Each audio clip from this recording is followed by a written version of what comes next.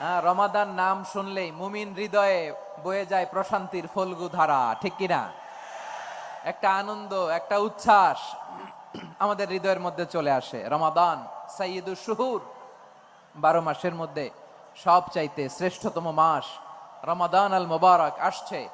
আত্মশুদ্ধির মাস, আত্মসংশোধনের মাস, শুদ্ধাচারের মাস, নিজেকে আলোকিত করবার মাস, ঠিক কিনা বলেন?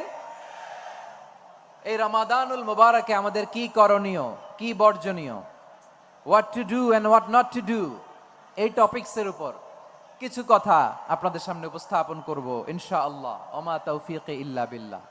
আমার প্রিয় ভাইয়েরা, আমি আমার খুতবার শুরুতে সূরা বাকারার 185 নম্বর আয়াত তেলাওয়াত করেছি, যেখানে আল্লাহ তাআলা কোন মাসে কোরআন আল কারীমকে, মহাবিশ্বের মহাবিশ্বয় কোরআন আল কারীমকে এই পৃথিবীতে নাযিল